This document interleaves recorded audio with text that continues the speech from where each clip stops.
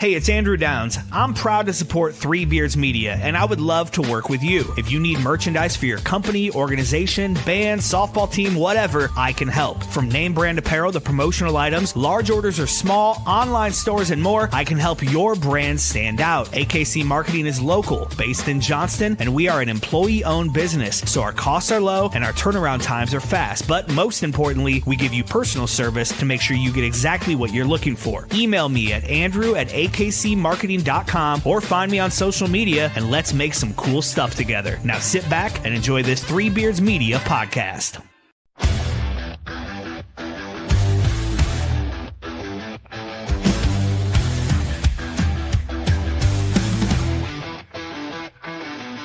Red and gold on the edge of the sky, feel the rumble, hear the battle cry. Out in Ames where the storms ignite, we don't back down, we rise and fight. Jack Trice's name, yeah, it echoes strong. A story of honor still marches on. Through the rain, through the pain, through the fire we roar. 'Cause we were built to thrive in the eye of the storm. Feel the ground shake, hear the crowd roar. Cyclone power, can't take no more. Legends rise, this is our norm. We stand tall in the sigh of the storm. There's a cyclone blowing on the outskirts tonight. Jack Trice shakes when the team takes flight. Milton's rocking, hear the magical. We rise together, we'll never fall. Feel the magic you can't deny. Marcus Stars are taking off straight to the sky. Brent, big play, Kirby making history. When the moment gets tough, that's the cyclone way. Through the trenches, through the lane, through the heat, through the rain. When the storm comes rolling, we embrace the fight. 'Cause the cyclones strike when the time is right. Feel the cyclones strike when the time is right. All right, welcome back to The Side of the Storm, where we talk all things Cyclones. We are live from the AKC Marketing Studio with Andrew Downs and sponsored by Rebelton Distilling Company out of Osceola, Iowa, and Dan Douglas with Green Beret Realty. I'm Dave Larson here with my Storm Team partner and Cyclone great, the legend himself, Marcus Pfizer. Marcus, good evening on this Selection Sunday. Yeah, good evening, Dave. How you doing? Well, I'm doing good, and this is kind of a special day for us. It's almost a little bit Christmas. It's a holiday, for us, the Cyclone fans, when we're able to see at least one team announce. And I know that I've got my lazy eye that I talked about the last show sort of centered on the women's selection to see where the women are going. So we're going to jump into really the focus today on the NCAA tournament.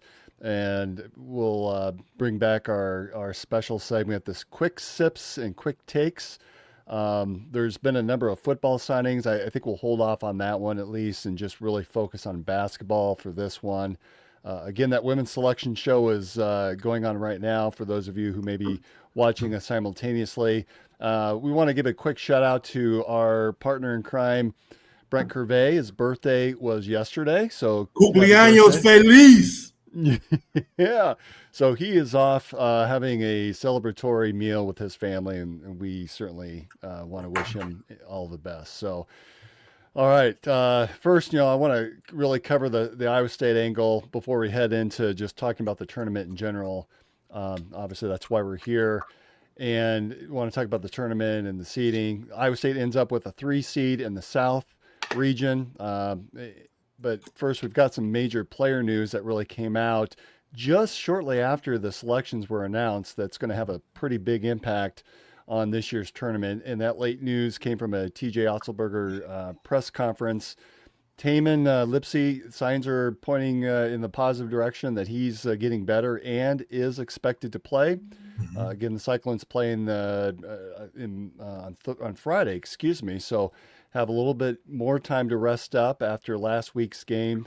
But even bigger news coming out of Ames, and now it's been broadcast quite extensively. And Keyshawn Gilbert is not available moving forward. And that the moving forward was a direct quote from Coach Otzelberger.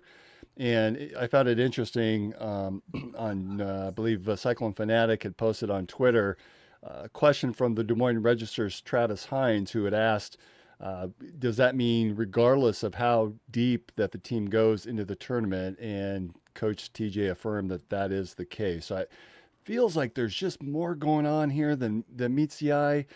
There was a posting that Chris Shipley forwarded on to us from Keyshawn that, no, there's nothing more than that, but it just feels awkward, particularly if he doesn't even travel with the team. So, kind of throwing a lot at you, my friend. How does this news impact the team and the tournament moving forward? And I found it very interesting that it was not announced until after the selections were made. And it almost feels like, in the prognosticators, I saw flip back and forth between CBS and ESPN that I sort of wonder if maybe that had a favorable impact waiting that it resulted in a 3 seed. We may have been dropped down to a 4 seed had the selection committee known that he wasn't going to play. Yeah, that's something to really wonder about. I know early on they really wanted to find out and figure out if Cooper Cup, not Cooper Cup, what's his name? The guy from Duke, the kid from Duke, Cooper Flag. Yeah. If he was going to be available. You got the Cooper right. If he was going to be available or not. And you see they've announced twice that, Duke said that he's going to be available. So you have to feel like that may have had some kind of impact. Me personally, I would like to know, exactly what's going on more so than worrying about the seeding. Falling to a 4, being at a 3, is that really that much of a difference? It's not like a 2 or a 1, from a 3 or, being below that. So it's really, really strange that wording, in our group text. As soon as we saw it, we all jumped on the fact, going forward was something that was, and then I hopped on X or Twitter or whatever, listened to the press conference and everything. And I'm still just not, convinced about exactly what's going on. Is it concerning? Absolutely, because of the dynamic of what Keyshawn is to the team, what he's been to the program since he arrived, and especially this year. And it's something that we got to think about how it's going to impact the team going forward. Well, you make a great point about impact. You look at that game in the Big 12 tournament against BYU. For crying out loud, we scored 92 points and still lost. And you can't help but think that his impact in that game defensively, but obviously offensively, but defensively too, could have resulted in maybe a different outcome against BYU. Although I'm going to give BYU credit. They're a really good team. They shot it exceptionally well. I mean, when you shoot 50% from 3 and they put up 36, 38 shots from 3 and made half, they're a good team. Yeah. I saw something earlier on Facebook where this one guy, I swear he's stalking LeBron James, but he's I mean, we're all in this basketball group and he talks about nothing but LeBron every single day. Bad things. Nothing about sports. So he put up this thing about Reeves point total going higher since LeBron has been out. And he's talking about LeBron is holding the young guys back. Like, I get that from a small standpoint, but Reeves' record since LeBron has been out is 3-4. He got a better record with them. So you may score more points, but you may lose the ball game. So what are we looking at? The impact that Keyshawn is to the team defensively. We may have had less points, but as long as we win the game, beat BYU and possibly advance on and win the Big 12 tournament, that's something more important than someone else having more points or weak scoring points. So the dynamic of thinking about scoring more points, us scoring more points, a player scoring more points or whatever, it changes everything, because if you don't have the defensive presence to be able to stop, I know everybody talk about scoring points, but defense wins games. We know that. If you score 1 point and they have 0, who wins the game? So you got to think about it from that aspect, and thinking about how we're going to fare without them is something that is definitely on my mind. Well, and even on our text chain, that's been sort of a discussion point for all of us is, what does that impact have? Is it more important in the NCAA tournament, defense or offense? Because Keyshawn actually provides both. I think one would argue that defensively, he's been missed. We haven't seen as much turnovers offensively, though. And I would argue in the NCAA tournament, you just can't turn the ball over. Maybe in that first round game, maybe the second, but certainly not beyond that. So what's what's that impact of his loss, both on the offensive side and defensive side? And I want to point out too, you're not going to get a lot offensively from Cade Kelderman. I mean, that's known now, so we know that's going to have a significant impact. Well, like you said, the first couple rounds are always tricky. You can get away with more those first couple rounds not playing well. It's kind of the known or the norm that they want to see good games early on. So you're going to have some surprises, and you're going to see some really, really close games. Because it's a ton of games those first couple rounds. My goodness, there's so many games. All you see is the scores going across the top. So, these will be the rounds that we find out, just how tough the team is. But at the same time, these are the rounds that you can run into some surprises. I thought we would never see a 16 seed beat a 1, and we've had that. For a long time, 15 seeds hadn't beat a 2, and unfortunately, we're on that list. So it's kind of tough, it's kind of scary to see or to think about it. But these are the times that programs are made for, and hopefully we can fare pretty well. So without Keyshawn, that's a known factor now. Is this something that you think that the team has been preparing for? That he obviously sat out last week, and you called it. We talked about the injury to Taman that had come up late in their first game, and you called it. You said, "Hey, pull both guys. Don't play either one in that next game against BYU." TJ, it's like he listened to you and said, "Okay, I'm going to do that." So, what's that impact going to have moving forward in terms of who needs to now step up and doggone against BYU? Curtis Jones just about pulled what you had said. Yeah. Someone's got to do. Someone's got to shoot 20 shots and just be lights out. And Curtis really was lights out. Yeah, he played really well. Milan is going to have to really, really step it up a lot. Offensively, we're going to have to score the ball. Getting in that rhythm of scoring the ball to advance. Take some chances, do the things that you probably necessarily wouldn't do normally in the Big 12, but I mean, you're going to be facing a team. Even TJ said he don't know much about Lipscomb, so we don't know exactly what we're going to get. I remember, Central Connecticut was our first pool, and I mean, we had absolutely nothing on them. And when we went on the first half, it was kind of this figuring things out type thing. It was kind of scary a little bit in the beginning, but once you buckle down and understand what you are, who you are, what the program is, we tend to fare pretty well. So, I'm looking forward to hopefully Taman, is a whole lot better. Hopefully that thumb is a whole lot better than what has been, going on throughout the year. And then, we see what happens. It's kind of scary, but, at the same time, I was hoping Keyshawn was going to be back. That's the thing. We talked in the group chat. We don't know what the injury is. We don't know what we're dealing with. Yeah. I just don't like that, but, Well, at the same token, it feels like maybe the coaching staff has had 7 to 10 days to really put in a game plan moving forward, and the team likely knows and has known what they have and are going to be ready. I think that's one of the concerns, is that you have a player gets injured even 2 days before your first game, and you're scrambling to come up with hey, here's how we're going to look as a team.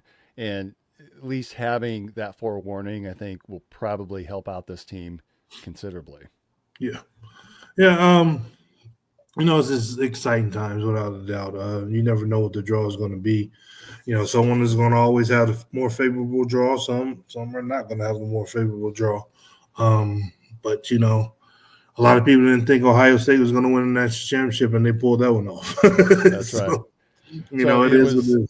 It was just announced. I'm on a different text chain, but looks like we play 14 seed Lipscomb at 12:30 Central on Friday.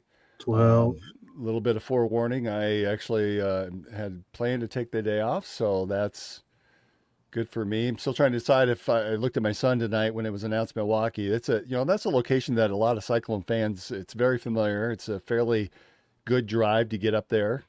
So it's not like having to drive all the way to Seattle or Florida or some insane place like that. So I would expect to see a lot of fans up there, although I think that I saw that Illinois is also going to be up there. So trying to get tickets could be a little bit of a challenge for a lot of us if you're thinking. So the scalpers are probably going to be very happy that both Iowa State and Illinois are up there. They're going to make a lot of money next weekend. Yeah. So, what city is that in? In Milwaukee, Wisconsin. It's in Milwaukee. Yeah. And I found that interesting that Wisconsin, of all teams, they did not. I think they're in Denver. So we beat out the Badgers for that spot in Wisconsin. Again, that Keyshawn injury and not announcing it or not announcing that he's not going to play until after the selection may have really done this team a lot of wonders, because it's going to have an impact if you've got a lot more fans following you than fewer. Because I'm going to assume that we would have had a lot more of a contingency group that will say, hey, I'll take Friday off. I'll just scoot up there. And now with the 12:30 tip, you could get up early in the morning and still make it, and maybe try to snag a hotel room in Milwaukee or one of the suburbs, or I'm blessed enough to have an aunt that lives up there. So who knows? I wonder if there's something that they will investigate. You don't think so? I mean, hey, it is what it is, right? I say it is what it is, but we'll talk some investigation here in a bit. But you watch a lot of ball. Have you seen Lipscomb play this year? I'll be honest, I know nothing about them. No, I don't even know where they're from. Aren't they from like Nashville? Or I was talking to my son about this. We thought we knew somebody that played down there at one time, and when I was on a work trip, I thought that I walked by. Let's see here, Nashville. They are in Nashville. It's a private Christian university. Yeah, in Nashville, Tennessee. Yeah, I have no idea anything about them. So if you're listening in or watching tonight, wondering for some intel on Lipscomb, sorry, we got nothing for you. Zero. It's a private Bible school in Nashville, Tennessee. Very small, as I recall from seeing them walking by the sidewalk. So I found it interesting. The winner would likely face number 6 or a 6 seed Ole Miss. Thoughts on a matchup against Ole Miss? I thought about that when I saw them in the bracket. It's kind of scary, they've been playing well. I've seen them play a couple of times this year.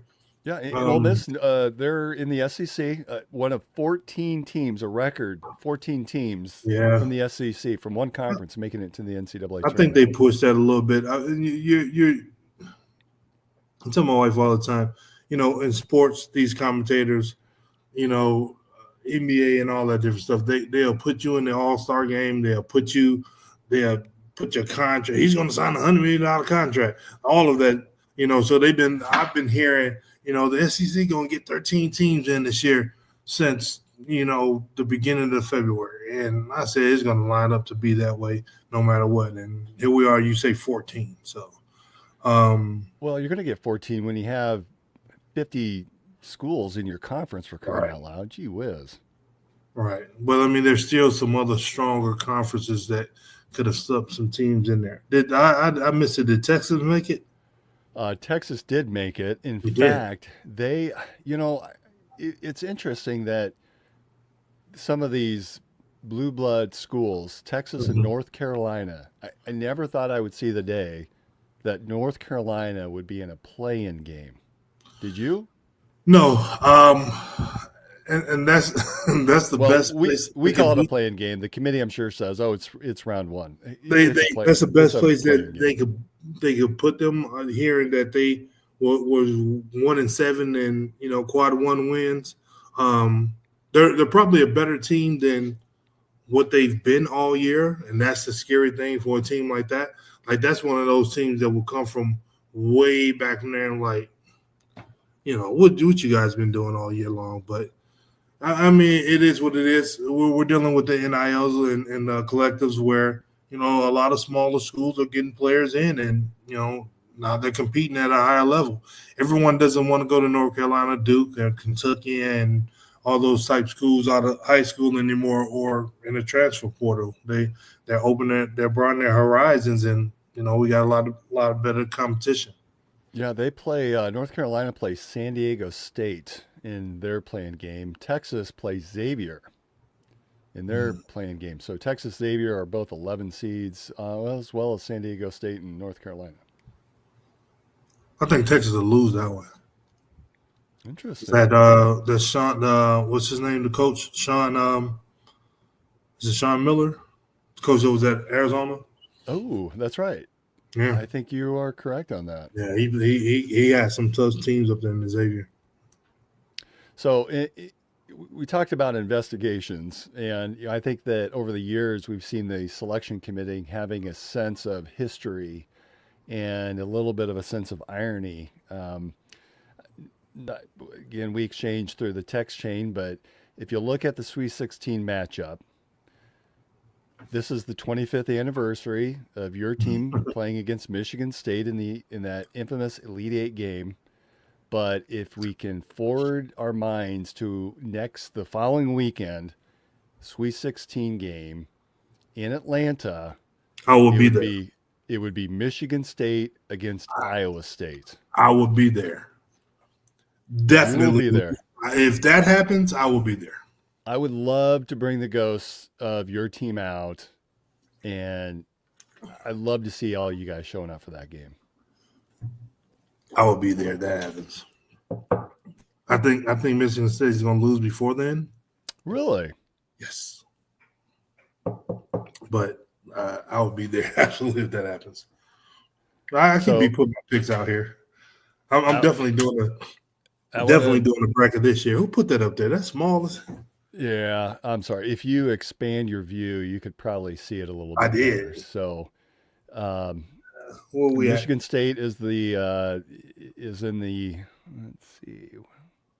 I need to see which bracket. This is on the fly here. But Michigan State has been playing pretty well to date. So their first game is against 15 seed Bryant. And then they would play the winner of Marquette and New Mexico. Marquette is led by Shaka Smart. So that could be an intriguing matchup. Marquette against Tom Izzo and the Michigan State Spartans. Marquette, Bryant. Yeah. So you think that's where they lose? That Marquette is a tough team. Shaka always have tough teams and playing well. And don't you have to look at where these games are played too? You get these different seedings, and sometimes you get these sneaky teams that are able to make it through because of their crowds and being able to. And that's where I think that the committee has done us some favors by having us in Milwaukee, because we get a chance to bring our fan base up there, and that could help propel this team into the Sweet 16. Now, I'm not suggesting that we are going to make it to the Sweet 16, but I think that's very helpful to have us in Milwaukee rather than someplace. Oh, and the women, it was just announced they are in a play-in game as an 11 seed against Princeton, with the winner facing Michigan. That's on the women's side. Princeton. Yeah. Ooh. So we'll have to do some research on the women. So that was just announced. I just saw it come across my screen here. Backdoor cut. Well, that's women. I'm not familiar with the women's game, but I bet think they do the same thing. Well, and I'm pounding it down low to Audie Crooks just all day long. I think the women, those are two winnable games for the women against Princeton and Michigan. And that game would be in Indiana. So that's probably equal driving distance for both teams, for Michigan and Iowa State, assuming Iowa State makes it that far. Oh, but then you get the second round game against Notre Dame. So that would be a tough matchup. Probably not any tougher than against Stanford, though, in their own gym. Yeah, that was one for the ages too. That was a really really good game. All right, so you're promising you will be there in Atlanta if Iowa State faces off against Michigan State in the round of 16. Thing about Yep. Michigan State, I don't know from what I've seen, they don't shoot it exceptionally well from the outside, but they're a really good defensive team, and they won the Big Ten regular season championship. So you know that they're going to come to play, and you know there is that little bit of additional sense of irony. So Tom Izzo, I believe, was the coach when you were playing against Michigan State, correct? Yep. The only national championship he has supposed to be mine. Yeah, Well, but and I don't want you to feel any older, but there's a freshman by the name of Jason Richardson on that team. His Ve- son now Vegas plays for kid, Michigan State. Yeah. Vegas kid. He's been out here in Vegas for the last 3 years, so got another Vegas kid that's playing well in the tournament. But yeah. I mean, I just seen Jace.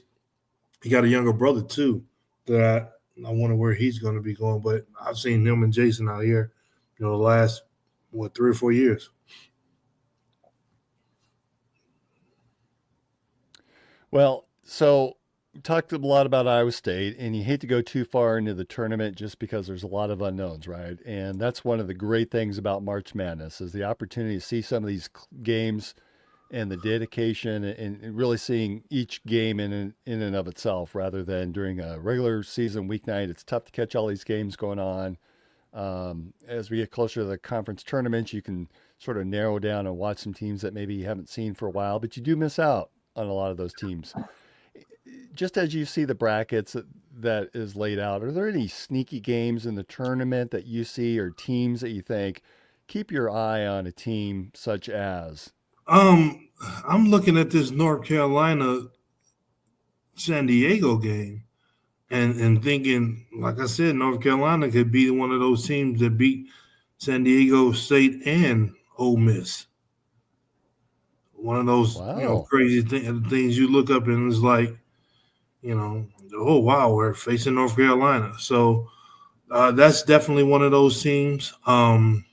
Creighton is a team that's been played a lot better early on in the year than what they've been of late. I'm Well, glad one you of, referenced them. I saw that one come up. I was looking at my screen. I grabbed a bite to eat with my daughter, and I looked at my phone, and I thought, "Wow, Louisville and Creighton in Lexington. That'll be a great game." yeah, Creighton should have been a whole lot better. Another one of the Vegas kids, one of the kids that I coached here in high school with Marcus Jr., Pop Isaacs, ended up getting hurt early on in the season, so he redshirted. So they would have had a lot more firepower, probably a better season, probably a better year if he was playing. He was at Texas Tech last year, and he transferred to Creighton. So I was looking forward to them being a whole lot better, but he had an injury, so he went down. But they fared pretty well, um, you know, for the last couple games going into the tournament. On that side of the bracket, that's what I'm typically looking at. When you get on the other side, when you see teams, weird teams like Liberty and things like that, like it's like where do these teams come from? And oh shit, they beat Oregon. Like, okay, now my bracket is busted because I had Oregon beating them. Those are the type teams that you can never think about. McNeese State sitting at 27-6. They play against Clemson. Clemson probably don't know where McNeese State is. A lot of country boys from Louisiana that's hungry in the tournament. That Joe Dumars went to McNeese State. I had a lot of guys that I grew up with in Louisiana and came up behind me went to McNeese. So they got some really, really good players that play extremely well. So those are the type teams that you never know, but it can definitely happen. So we've got a lot of people that are watching us on the live feed. Feel free to drop any comments and we can try to answer those. Being in the Midwest here and in central Iowa, I think a game that has come up that a lot of us are interested in is Drake. Drake Bulldogs won the Missouri Valley regular season, ended up 30-3. They brought up a lot of guys from Division II, and just an incredible season for them. They lost everybody, and they're back in the tournament. They're facing off in Wichita, so a real brief drive for them as well. For you talk about the fan base and travel, play a very slow it down tempo, defensive oriented game. They play a fairly high paced game against Missouri. Any thoughts on that game? This should be entertaining. I think Missouri's is a little bit stronger than Drake. I think it's going to go down to the wire in the second half. It's going to be one of those close ones, but I think Missouri is going to pull through on that one. Well, I'm going to be interested in watching that one as well, because we've talked a lot about defense this time of year, but at some point you got too much offense. You can have a lot of defense. All you're going to do is bring the score down, but the offense is going to end up winning. So I'll be curious about that one. In that region or in that bracket, man, St. John's, like Coach Pitino is just wow. What he's done with that program, the best season they've had in over 25 years. I think Ron Artest, was his last team that was there, which was 25, 26 years ago, or even more. They're playing extremely well. They can really go far in this bracket. Well, they potentially could go up against a Kansas team. I mean, and I don't know. You talk again about a sense of irony. You look at St. John's, I'm going to assume that they're going to beat Omaha. But you look at Kansas against Arkansas, and remember, that's an Arkansas team now coached by John Calipari. Mm-hmm. Now, that would be another interesting matchup if you see Calipari against Pitino coaching for two different teams, both former Kentucky coaches, facing off against one another. Again, this committee does an incredible job at looking at some of these things, whether it's intentional or not. That's intentional. I think that's intentional. Kansas should be the better team than Arkansas, but Coach Calipari really make those guys play well. Kansas have been really iffy the last couple of weeks. Travis Rutherford, we've been talking, a couple of days ago back and forth on Instagram, just talking about the teams and things like that. And I asked him, what he thought, was going on. And, he gave me his input, some different things or whatever.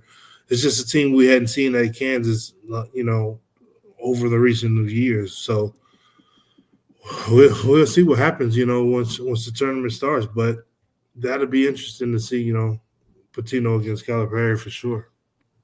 Yeah, you're right. That first round game for Kansas and Arkansas, I think that's one of the marquee games in the first round. Louisville, Creighton, we talked about. I see that as being a good game. Take another look at this game, Houston. So they're in Wichita. They're the number one seed in the Midwest region. Possible round 32 game against, I think, two teams that could beat them, but they themselves will be a great first-round matchup. Gonzaga against Georgia, and they shared it during the CBS broadcast that Georgia has beaten both Florida, Kentucky, and St. John's. So that should be an intriguing first-round matchup, much less an intriguing second-round matchup against Houston. Georgia is going to win that game. Against Gonzaga or against Houston? Yes, against Gonzaga. Okay. Georgia's going to win it. I don't trust Gonzaga. I mean, I've had kids from here, play for Gonzaga that, I coached against and coached with and all that different stuff. Julius Strawther and, forget the kid off the top of my head he's in the NBA too. But they have some of the best teams and just, man, not to say anything away from Coach Few, but he been getting a lot of passes for the teams he's had that hadn't done it yet. So I think Georgia's stronger. I think Georgia is going to beat that game. I'm definitely putting that down on my bracket. Okay. Big 12 teams. So we've got 7 in the big that are representing the Big 12. They're really spread out, although I think we're very East heavy. Iowa State, of course, is the 3 seed in the South. We mentioned before about Houston being the number 1 seed and deservedly so in the Midwest. Mm-hmm. Texas Tech is another 3 seed in the West. Arizona, a 4 seed in the East. And boy, they really came on strong. They played really well down the stretch, and Yeah. they sort of puttered out a little. They were hot, and then they puttered out towards the latter half of the Big 12 season, and then there's last couple of games and in the tournament played really well, losing to losing to Houston in the championship game, which I don't know if you saw some of the comments of people on Twitter uh, about just when Iowa State, Kansas were all gone. There was like no teams left that were local that could stay around and drink beer, and that wasn't going to happen with any BYU fans. Yeah. BYU's a 6 seed in the East, I looked at the brackets for them out in the East. I would not be surprised to see BYU in the Elite 8 against Alabama. They're in the East. Yeah, I thought some of their matchups will look pretty darn good. See if I can pull it up here. They play VCU in the first round, and then the winner of Wisconsin, Montana. You talk about trusting teams. I don't know that I trust Wisconsin. Yeah. BYU is one of those teams we've seen a couple of times now. They can shoot it. They can flat out shoot it. And when they're They on, rebounded well too. you're not going to beat them. And I just don't know that Wisconsin would have the firepower. Granted, I'm not a huge Big Ten guy where I see a lot of their basketball, but I could see BYU coming out of there, going into the Sweet 16, and then facing off. I guess that would be the Alabama game there in the Sweet 16. So I could see them beating Alabama to get to the Elite 8. Yeah.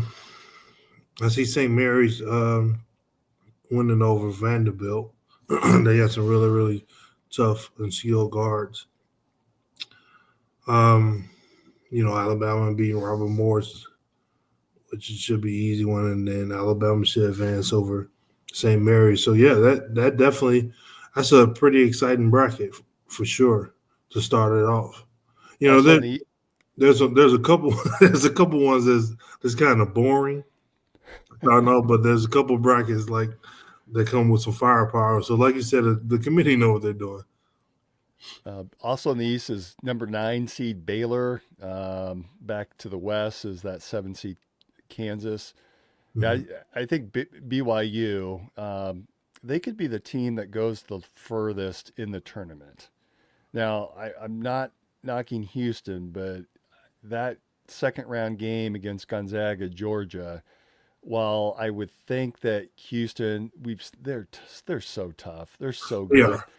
Yeah. That's an intriguing matchup in that second game, and when you have less turnaround time to prepare for a team, and you're the guy that's played in these tournaments, so correct me if I'm wrong, but you rely more on your athleticism and your talent and what you've done throughout the year versus preparation on how to defeat a certain style.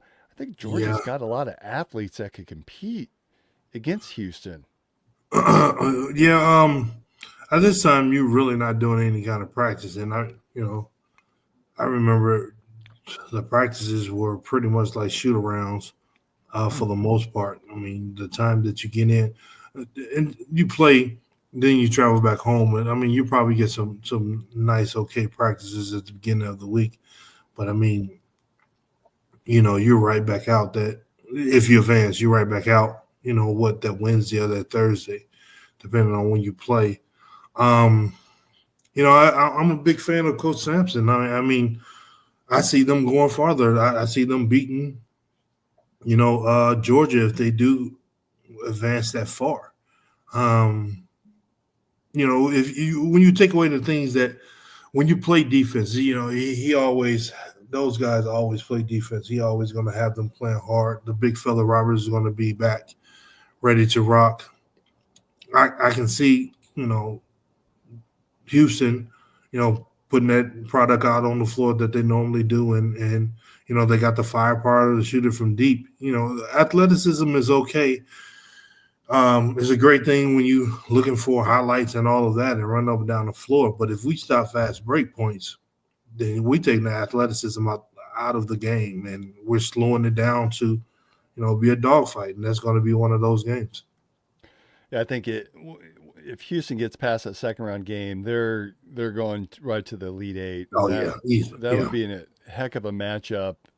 Just forecasting against Tennessee, I think that would be a fantastic game. Tennessee, a team that they were ranked number 1 for 6-7 weeks of the season. So I think that'd be a really good game coming out for the right to represent the Midwest and region in the Final Four. Wow. Yeah. At that point, they get past at that point. I can see them like taking it all. Like they're such a strong team. Like early on, I felt like we were a better team. We started having some injuries. Things started to be kind of wonky there. Then to an extent, we were trying to right the ship, get things back in line. At that point, there's no reason in chasing number 1, number 2, number 3 seeds and all that in the conference tournament. You just get to the tournament, advance on, and get to this point. Well, man, those guys are tough. They've gotten healthy. Emmanuel Sharp, has gotten healthy. The Big 12 tournament MVP. And man, those guys are dangerous. You got Cryer that has a ton of experience. And they play extremely hard. They play well. And, like I said, facing those Coach Sampson teams over the years, I just know how gritty and grimy they can be on the floor. All right, I want to take a quick time out. We want to hear from our sponsors, and then I want to come back on the other side and talk a little bit more about the tournament and some experiences and preferences that you have, both as a player and as a coach. Dessert. Making great tasting bourbon requires the perfect combination of ingredients, conditions, and time. The longer it rests, the better it tastes. Revelton Distillery's new single barrel bourbon is made from 80% corn, sourced 100% from Iowa farmers. And unlike mass-produced bourbons, each barrel of Revelton's single barrel bourbon is unique, proofed on when it tastes best. As they like to say, it'll be ready when it's ready. And to ensure the highest standards of quality and flavor, owners Rob and Christy Taylor oversee the production and bottling. Every single barrel. Iowa born, Iowa aged, Iowa bottled. Try the new single barrel bourbon from Iowa's own Revelton Distillery. ReveltonDistillery.com.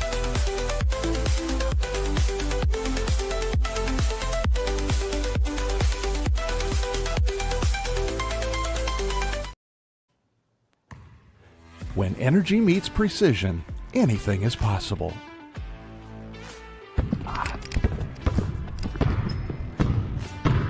I'm Carter Hawley, the Chief Energy Officer of the Iowa State Cyclones. I'm full of energy on and off the court, but nothing gives me more energy than helping families find their dream home. And that's where Green Beret Realty comes in. They're more than just realtors. They're a team dedicated to getting things right for you and your family, just like we get it right on the court. Sometimes it takes a team to get the call right. And when you're buying a home, you want a team that makes all the right calls. That is Green Beret Realty. And here's the best part. When you buy or sell a home through Dan at Green Beret Realty and mention this ad, he'll make a donation to the We Will Collective, helping student athletes like me thrive on and off the court.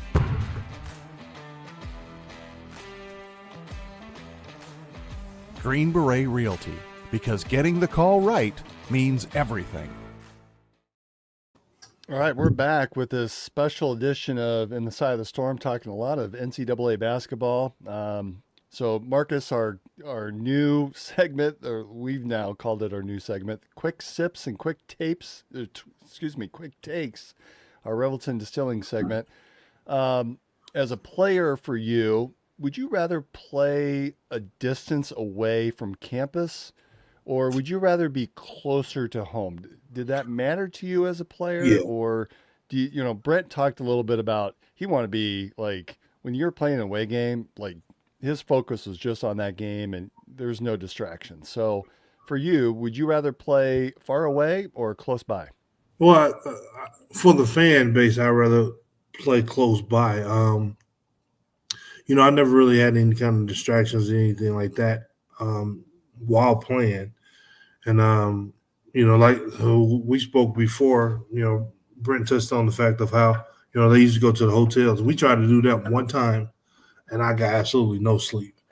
And I told Coach Stacy, I can't do this, man. Like we we were staying, whatever what's the hotel everyone stays in there when they come to the big hotel? This is the Hilton. There's some places right across the street from there. Well, my apartment was the next block behind all those In apartments. Ames? Yeah, in Ames. Are- So I think I lived in the West X or something talking like that. Gateway? The Gateway it was some new hotels that was built across the street, and they had just opened up, and he wanted to take us to those to get some rest. And my apartment was literally walking distance from there. I mean, I got absolutely no sleep at all. Absolutely no sleep. I forgot who we played, but for me, like being in my own abode and the things that I do to relax myself and wind down is what I prefer more than anything. So it really don't matter. I would prefer to be close for the fans, traveling and all of that. On the road, I have to battle trying to get sleep regardless. I hate hotels. I hate living out of suitcases. To this day, I hate traveling and living in hotels and stuff like that. So, when we go out of town to see Marcus Jr., I'm trying to find an Airbnb. Sometimes those not available because I just hate hotels. But, to each his own. For me, like I said, for the fans, I'd rather be close. Okay. White jersey or Cardinal jersey? Of course, you didn't have the opportunity to wear black. Shame on you, but white or Cardinal? You mean for me or for them on the road? For them, you. Which for me, white. Which did you rather play in? White. I prefer the white. Okay. Yeah. Would you rather play in a fun city or maybe not so fun? Like, no disrespect to Dayton, but I don't really think of Dayton, Ohio as being a fun place to visit. That really didn't matter. I didn't do much, as I think about now, try to recall and remember a lot of things like back then. Like a lot of cities I don't know a lot about, even in the NBA, because I just didn't do anything when I, was on the road. Trying to get rest, trying to get the proper nutrition, preparing for the next day. You got time to do all the fun stuff in the off season. So, I was thinking the other day, like, man, I played in Manhattan, Kansas against Kansas State a few times, and I couldn't tell you what the outside of the hotel looked like. Yeah, it's just, just something that I never got into. And this was back in the day where, it wasn't no social media and, people weren't coming around. We didn't have NIL money, so nobody driving cars and nothing like that. So it really didn't matter to me. Give me the hotel, nice bed, get my rest, go kick ass, and get on the plane and go home. So what's that week like? So the Cyclones again play 12:30 on Friday. Imagine getting in Thursday at some point and shoot around Thursday late afternoon, evening. What's a typical schedule? And I know it probably varies by team and by program, but what was it like for you the day before, the day of, the day after? It was a little easier before the first game because Coach Stacy didn't fly. So he would always drive ahead of us. So we knew that last practice before us leaving was going to be, an easier practice. Coach Perry pretty much took it light on us and, get on the plane, fly there, probably the day before, go through a little walkthrough somewhere in the hotel where they've taped down on the ground like it's a lane and half court and stuff like that. And yes, they do this. So like in a banquet room or something. Like in a banquet room. You have a little mini practice in the banquet room. Through the NBA, they do the exact same thing. Get sports tape and tape it on the ground, and like we would leave out and come in, and the next team would use the same tape. So that type thing, whatever, and just lay down and rest, and just try to focus on those teams. During this time for me, it was just like I said, I saw the national championship trophy, and my mind was just so focused on that. Like, that's probably where the high blood pressure in my life began, because I was just so stressed and so focused on winning. That's the only thing that I could think of.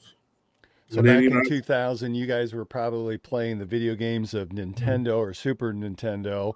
Were you guys? No, we were playing. Rooms? It was PlayStation. It was PlayStation. Right. Like either the first one or the second one or whatever. And actually, I had gotten 2 from the Big 12 tournament, but hadn't even opened them.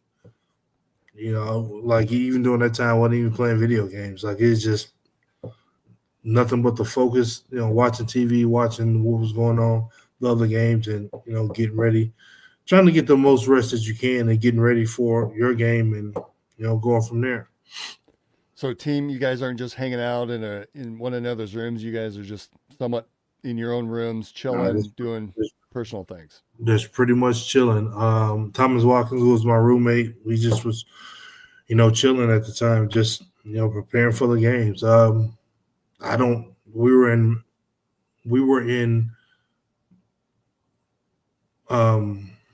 Minnesota the first round, and so there was a little mall across the street from the hotel, and so we would walk across the street, get something to eat, go to a couple of stores or whatever, but it was right back to the hotel, right back across the street, and just chilling out. I had a lot of family that drove down from Detroit that I didn't see a lot of them. Like I had the concierge and the people up front to tell them at this point I just can't be disturbed. After the game, it was a little bit different. We advanced after the first round, so we stayed there. Able to hang out with family a little bit from there, but that's one day, then you off, and then you play the next day after that. So pretty much the same thing. Just trying not to break that focus. It was a ton of people. We were in Minneapolis. It was a ton of people from Iowa State and the surrounding areas, and including my family. It was just so many people, and I just couldn't get lost. I couldn't allow my legs to not be there. So your family's all excited to see you, but they don't get to see Marcus. It was, they called up to the room and said, you got some family here. I was like, I ain't got no family in Minneapolis, Minnesota. I was like, I think you got the wrong room. And the guy said, man, there's about 200 Pfizers down here in the hotel room. I said, downstairs in the library. I said, you got to be kidding me. And I could just hear so much noise, and I, went downstairs, and there was so many people everywhere. Cousins and aunts that I hadn't seen in years since I had been in college. And, visited with them a little bit, but then I got right back to the room, lay down and get my rest, and saw them after the game. But at that point, I couldn't hang out like that. So as a fan now, the NCAA is on multiple stations at once between CBS, the TNT, TBS. I'm probably missing a few. True TV, I think, is the other. Do you like watching the tournament a single game at a time, or do you like it in what we've now become familiar with thanks to YouTube TV, like a quad box or something like that? What's your preference as a fan to watch these tournament games today? Well, we have Hulu here, and I just signed up for Fubo TV as well, because I see they got more games on those. So I'm running 2 services right now at this moment. Okay. The Fubo has a split screen where you can see, 2 games at one time. I'm not crazy about the quad because it makes them too small. You just gotta, peek up at the top, see what the scores are, find the best game that's rolling. You're always going to get those alerts about, if it's a close upset alert or whatever, you can switch over to, or they switch over to. So, the split 2 different games is what I do at the most now. I like throughout going to the tournament of here now. The last couple of weeks, I've been watching a lot of men games and women games that's been split. So, hopefully, that works out for me. Could you imagine having a quad box environment with the basketball courts like the Big 12 tournament court on 4 screens going on at once? Would that be a mind blown or what? It is. It is. And it gets a little overwhelming, and that's why I don't like doing it too much. Like I just, I like to see much of the action in the biggest state of possible. I've been, like I said, I've been watching the split screen, and I'm not too crazy about that, but that allows me to, at least I can get the remote and I can switch, from one to the other, really quick to change the audio. With the quad screen is like, it's doing too much, and like I said, it makes the TV too small. Fair enough. I should probably go back. You remember I don't know if you heard, but you made reference about hotels and accommodations when you're traveling like that. Did you see that the Big Ten had put Northwestern for the Big Ten tournament in a hotel without air conditioning? Purposely, or it just happened to happen? It just I happened that way, apparently. I think that just happened to happen. That's unfortunate, without a doubt. But I think that's a coincidence. They probably got their money back from that. Have you ever, what's the worst hotel accommodations that you remember? And obviously that it may have been domestic, it may have been overseas. No, overseas is quite a few bad ones. But I was the player to which I can negotiate different things in my contract, like having, a suite or my own room. So those were typically better rooms than anything else. But in the United States, I think it's the Pfister Hotel in Milwaukee. That old hotel, that or the Plaza. The Plaza was terrible in New York, and teams love staying there. The history of the Plaza, that hotel was terrible, really, really terrible. Like had the old, the old like key locks that you lock the door, or it looks like the key comes out, and it's the old school key, but it's not. It don't come out, like it's just a hotel is terrible. So probably those two. Well, the Pfister in Milwaukee is they say it's haunted. So ooh. Yeah, So that's one of my favorite hotels, my family hates me for it, and I've stayed there subsequently since just because I love the nostalgia, is the Congress Hotel in downtown Chicago. oh, And that's the old one. Yeah. yeah, that's an old one. I mean, Mhm. back in the day, I think Franklin Roosevelt used to stay there, and Yeah. so I ran the Chicago Marathon down there one year and thought, I think I'd like to stay there. And I'm sure I got a Groupon for it because it's downtown Chicago for a marathon is exceptionally expensive. I mean, they jack up Right. those prices every night, and Right. I'm trying to go on the cheap. And a buddy who I used to stay with when I was out there for a marathon moved, and so I thought, well, I'll check out the Congress. A lot of history to it.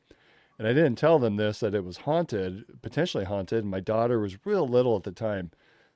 And we got off the hotel elevator to walk down the hallway, and you could feel it. It goes really cold and then warm again. And Mm. she goes, "Did you feel that?" I go, "Yeah, it was kind of interesting." I did Mhm. not say anything to them until after we left the hotel. Oh yeah, by the way, Right. the Congress Hotel is haunted.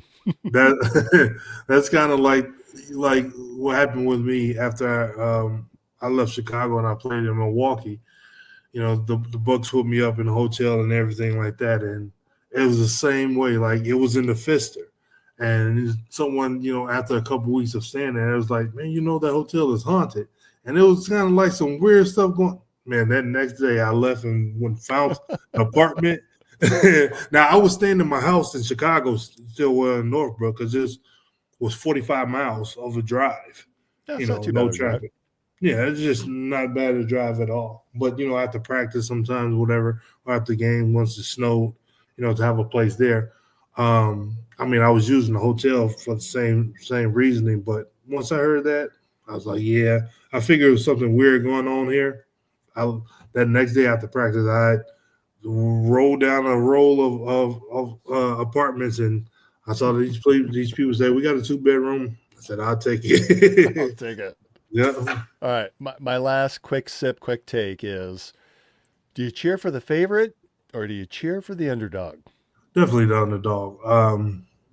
We felt like we should have been the number 1 seed my last year, so we weren't the number 1 seed, the number 2 seed, so we're the underdog. So I always go for the underdog. All right. Unless it's the Cyclones. Great answer on that one, Marcus. One other question. 512 is sort of the infamous breaking point of there's been upsets over the years that genuinely you take a closer look at those 512s for whatever reason. Are you more of a 5 guy or are you more of a 12 guy? More of the 12, because I think the people who get in at 12 typically are better teams than what people have seen. They have that chip on their shoulder, and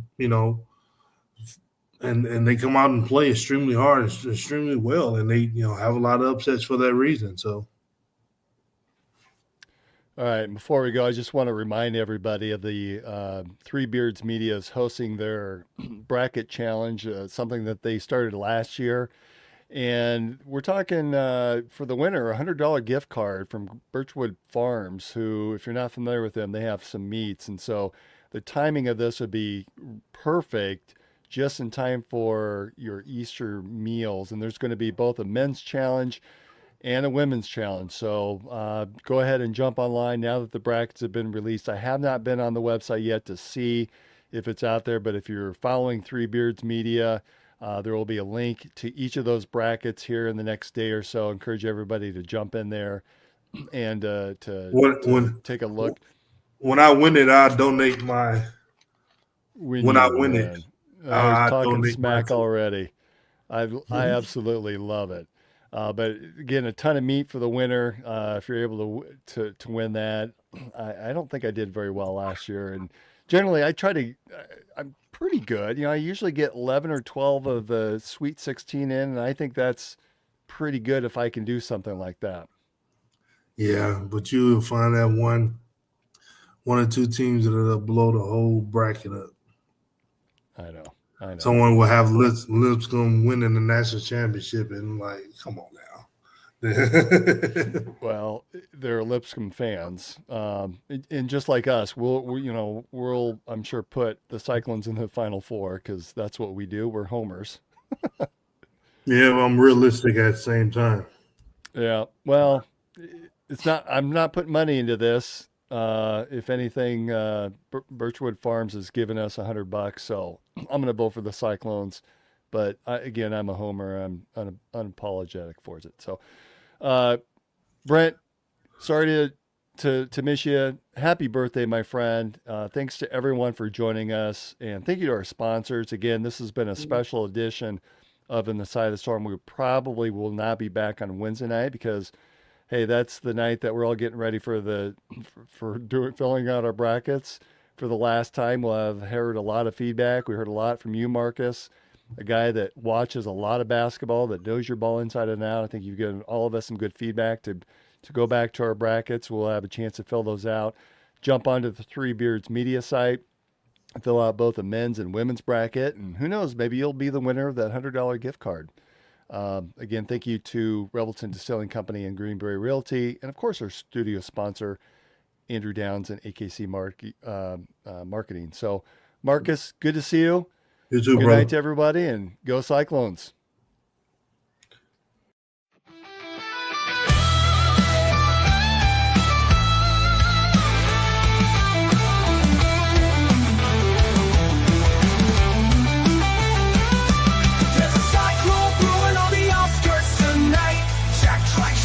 When the scene takes flight, Hilton's rocking, hear the magic call. We rise together, we'll never fall. There's a cyclone brewing on the outskirts tonight. Jack Trice shakes when the team takes flight. Hilton's rocking, hear the magic call. We rise together, we'll never fall. CYCLONES, Cyclone Nation, we're the best.